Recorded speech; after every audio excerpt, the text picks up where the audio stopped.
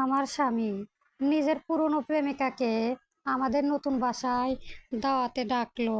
আমি যখন বললাম এটা স্বাভাবিক না, তখন সে শুধু ঠান্ডা গলায় বলেছিল, ভালো না লাগলে দরজা খোলা আছে।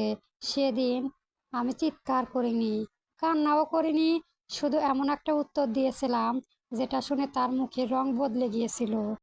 নতুন ফ্ল্যাটের রান্নাঘরে ঠান্ডা মেঝেতে বসেছিলাম আমি, চুলগুলো এলোমেলো করে খোপা করা, গায়ে পুরনো একটা সুতি কামিজ, হাত ভেজা হাত জোড়া ডিটারজেন্ট আমায় ময়লা ভরা। বেসিনের নিচে পাইপটা সকাল থেকে পানি ছুঁয়ে পুরো রান্নাঘর ভাসিয়ে ফেলেছিল। আমি একটা রোন্স হাতে নিয়ে কোনো মতে ঠিক করার চেষ্টা করেছিলাম। ঠিক তখনই ধাপ করে দরজা লাগার শব্দে পুরো ফ্ল্যাট কেঁপে উঠল। দেওয়ালে টানালো ফ্রেমগুলো পর্যন্ত দুলে উঠল। আমি নিচে থেকে মাথা বের করতে দেখলাম রায়হান দাঁড়িয়ে আছে, মুখে সেই পরিচিত কঠিন ভাব, যেন অফিসের বস কর্মচারীকে জোর করতে এসেছে। দুই হাত বুকের কাছে ভাঁজ করে সে ঠান্ডা গলায় বলল, মেহেরিম, শনিবারের ব্যাপারে আমাদের কথা বলা দরকার। শনিবার মানে আমাদের নতুন বাসার গৃহপ্রবেশের দাওয়াত। গত 1 মাস ধরে এই একটা দিনের জন্য কত কিছু করেছি আমি, কত রাত না ঘুমিয়ে পর্দা মিলিয়েছি, দেওয়ালের রং বেছিয়েছি, নিজের হাতে কুশনে কাভার সেলাই করেছি। আমি হাত মুছতে মুছতে তাকালাম তার দিকে। কি হয়েছে শনিবারে? সে একটু গলা খেকারি দিয়ে এমন একটা ভাব নিল যেন খুব যুক্তির কথা বলতে যাচ্ছে। আমি একজনকে ইনভাইট করেছি, ওর আসাটা আমার জন্য খুবই ইম্পর্টেন্ট। তাই চাই তুমি সেই দিন কোনো সিন ক্রিয়েট করবা না, ম্যাচিউর হ্যান্ডেল করবা। না পারলে সেটা কিন্তু বড় সমস্যা হবে। আমার বুকের ভেতরটা ধপ করে উঠল। আমি ধীরে জিজ্ঞেস করলাম, কে? সে কে 1 সেকেন্ডও দেরি করলো না। তৃষা। শব্দটা শুনে মনে হলো কেউ আমার বুকের ভেতর কাঁচ ভেঙে ফেললো। তৃষা, এর এক্স ফিয়ান্সে, যার নামটা আমাদের বিয়ের পরও কখনো পুরোপুরি হারায়নি, যে মেয়ের ফেসবুক পোস্টে আজও রায়হান রিয়াক্ট দেয়। পুরনো বন্ধু বলে যা ছবি দেখলে সে এখনো চুপচাপ কয়েক সেকেন্ড তাকিয়ে থাকে। তার নামটা আমাদের সংসারের ভেতর এমনভাবে মিশেছিল যে আগুন নিভে যাওয়ার পরও ধোঁয়া রয়ে গেছে। আমার হাত থেকে রেঞ্চটা টাইলসের উপরে টু শব্দ করে পড়ল। আমি ধীরে বললাম, তুমি তোমার পুরনো প্রেমিকাকে আমাদের বাসায় অনুষ্ঠানে ডাকছো? রায়হান কাঁধ ঝাঁকালো, হ্যাঁ, আমরা এখন খুব ভালো বন্ধু। আর যদি এটা নিয়ে তোমার সমস্যা হয় তাহলে সেটা তোমার ইনসিকিউরিটি, আমার না। তার প্রতিটা শব্দ ছিল অপমানের মতো। এটা আলোচনা ছিল না, এটা ছিল চাপ। সে আরো কাছে এসে বলল, আমি চাই তুমি একটু ক্লাসিক বিহেভ করো, পারবা তো? সে হয়তো আশা করেছিল আমি চিৎকার করব, কাঁদবো, ঝগড়া করব, কিন্তু আমি শুধু হেসেছিলাম। খুব ছোট্ট ঠান্ডা একটা হাসি, এতটাই শান্ত যে সে নিজেও অস্তিত্বে পড়ে গেল। অবশ্যই, তুমি যেহেতু এতই চাইছো, উনি অবশ্যই আসবে। রায়হান ভ্রু কুঁচকে তাকালো, মানে এত সহজে মেনে নিলা? আমি নরম গলায় বললাম, তোমার গুরুত্বপূর্ণ মানুষ, আপ্যায়ন তো করতেই হবে। সে কয়েক সেকেন্ড আমার দিকে তাকিয়ে রইল, তারপর ঠোঁট বাঁকিয়ে রুমে চলে গেল। যাওয়ার সময় মোবাইল বের করলো, হয়তো তৃষাকে মেসেজ দিচ্ছে। সব কন্ট্রোলে আছে। দরজা বন্ধ হওয়ার শব্দ হতেই আমি ফোনটা হাতে নিলাম। সবার আগে কল দিলাম সাদিয়াকে, আমার কলেজ লাইফের সবচেয়ে কাছের বন্ধু।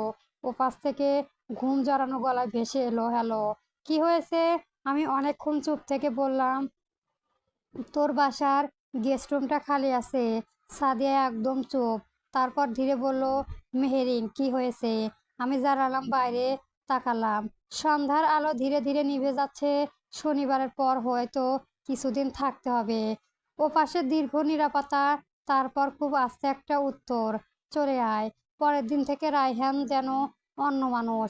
অফিস থেকে বারবার ফোন করেছে, কাবাব নাকি রোস্ট ভালো হবে, ফুল সাদা নাকি লাল, প্যালেস্টিটান শুনে দেখো তো। তার চোখ মুখে এমন উত্তেজনা যেন একটা আমাদের সংসারের অনুষ্ঠান না, তার ব্যক্তিগত কোনো সাফল্য। আর আমি আমি আলাদা একটা তালিকায় বানালাম, তার আমার দরকারি জিনিসের তালিকা, আমার জামা কাপড়, ল্যাপটপ, মায়ের দেওয়া সোনার চুড়ি, বাবার পুরনো ঘড়ি, নিজের টাকায় কেনা কফি মেশিন, আমার বইগুলো, এমনকি ড্রয়িং রুমের ছোট্ট কাঠের চেয়ারগুলো যেগুলো কাভার আমি নিজের হাতে বানিয়েছিলাম। আর রায়হান হেসে বলেছিল, গ্রামের মতো লাগে। সেই দিন রাতে আমি চুপচাপ নিজের ব্যাংক অ্যাকাউন্টে টাকা সরিয়ে নিলাম, বাসার সব খরচ হিসাব করে নিজের অংশ মিটিয়ে দিলাম, যেন পরে কেউ বলতে না পারে আমি ওর ঘরে বসে খেয়েছি।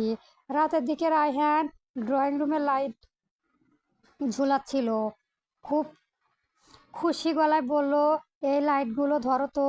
আমি এগিয়ে গিয়ে ধরলাম। আমরা একসাথে টেবিলে সাজালাম শরবতের গ্লাস, ধুয়ে রাখলাম নতুন টেলিক্লথ বিছানা। সে ভবিষ্যৎ নিয়ে কথা বলছিল। দেখো মেহেরিন, এই বাসা থেকে আমাদের নতুন জীবন শুরু হবে। আমি দেওয়ালের দিকে তাকালাম। এই দেওয়ালে আমার হাতের রং লেগে আছে। এই ঘরে আমার ঘাম, সময়, স্বপ্ন সব মিশে আছে। আমি ধীরে বললাম, হ্যাঁ, শনিবারটায় সত্যি একটা টার্নিং পয়েন্ট হবে।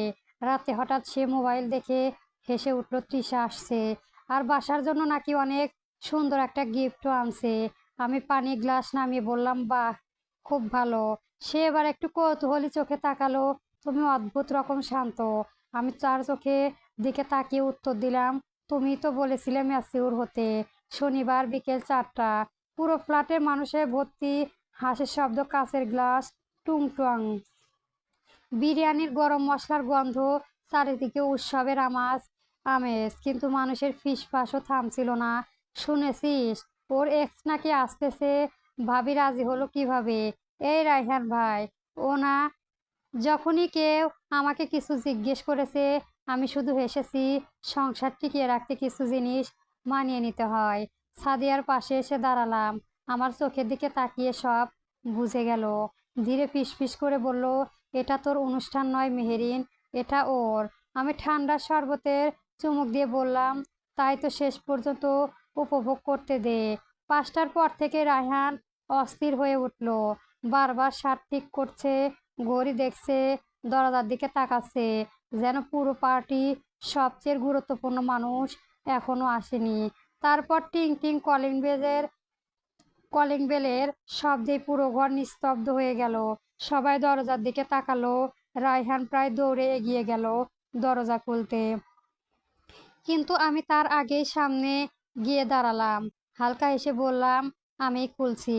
পেছনে 30 জন মানুষ নিঃশ্বাসে আটকে দাঁড়িয়ে, আর দরজার ওপাশে সেই মেয়ে যাকে দিয়ে আমার স্বামী আমাকে অপমান করতে চেয়েছিল। আমি দরজার হাতে হাত লাগালাম, ধীরে দরজা খুললাম, আর তৃষার মুখটা দেখেই আমি ঠিক বুঝে গেলাম প্রথম কথাটা কি কি হবে। নেক্সট পার্টের জন্য অপেক্ষা করবেন। আর ভালো ভালো গল্পের জন্য আমার চ্যানেলটি অবশ্যই সবার আগে সাবস্ক্রাইব করে রাখবেন বন্ধুরা। গল্প ভাঙা দাওয়াত চলবে।